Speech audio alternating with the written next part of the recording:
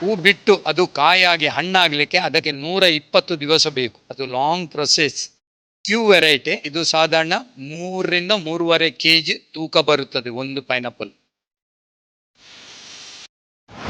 ನಮಸ್ಕಾರ, ನಾನು ಕಾಪು ತಾಲೂಕಿನ ಕುರ್ಕಾಲ್ ಗ್ರಾಮದಲ್ಲಿರುವ ಕೃಷಿ ಕುಟುಂಬದಿಂದ ಹುಟ್ಟಿ ಬಂದವ.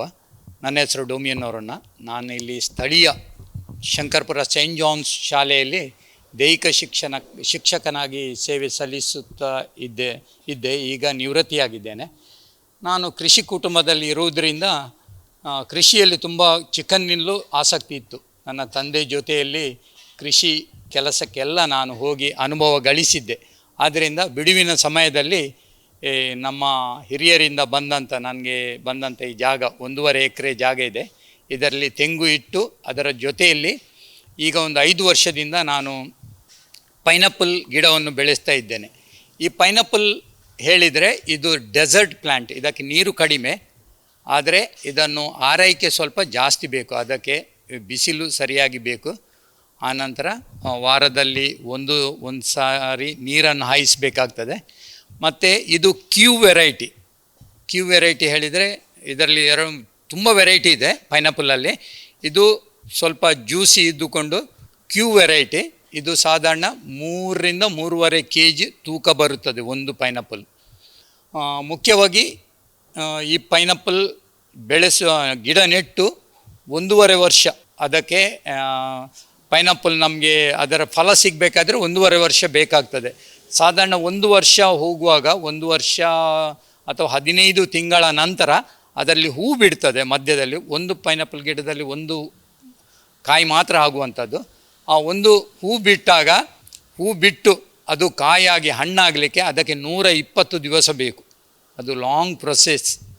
ನಾವು ಹೇಳ್ತೇವೆ ಮಾವಿನ ಹಣ್ಣಾದರೆ ಒಂದು ತಿಂಗಳಲ್ಲಿ ಅದು ಹೂ ಬಿಟ್ಟರೆ ಕಾಯಿ ಹಣ್ಣಾಗ್ತದೆ 1.5 ತಿಂಗಳಲ್ಲಿ.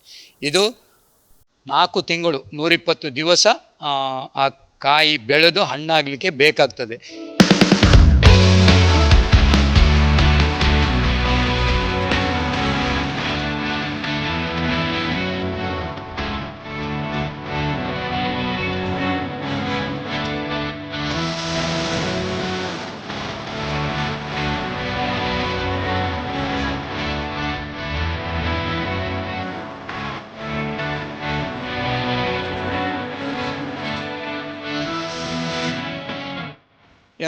ಮುಖ್ಯವಾಗಿ ನಾನು 5 ವರ್ಷದಿಂದ ನೋಡ್ತಾ ಇದ್ದೇನೆ, ಒಳ್ಳೆಯ ಇಳುವರಿ ಬರ್ತಾ ಇದೆ. ಈ ವಾತಾವರಣಕ್ಕೆ ಅದು ಹೊಂದಿಕೊಂಡಿದೆ.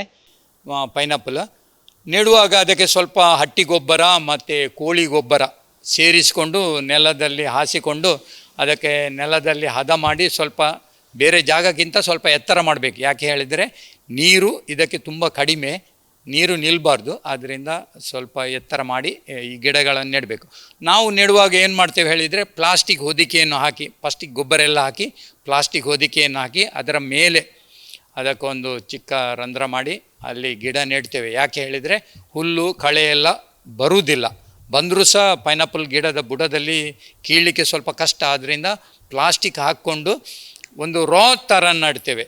ನಡುವುದು ಯಾಕೆ ಹೇಳಿದರೆ ಅದು ಮಧ್ಯದಲ್ಲಿ ನಮಗೆ ಹಾದು ಹೋಗಿ ಏನೆಲ್ಲ ಅದಕ್ಕೆ ಬೇರೆ ಕೊಡಬೇಕಾಗ್ತದೆ, ಅದಕ್ಕೆಲ್ಲ ನಮಗೆ ಸಲೀಸಾಗ್ತದೆ.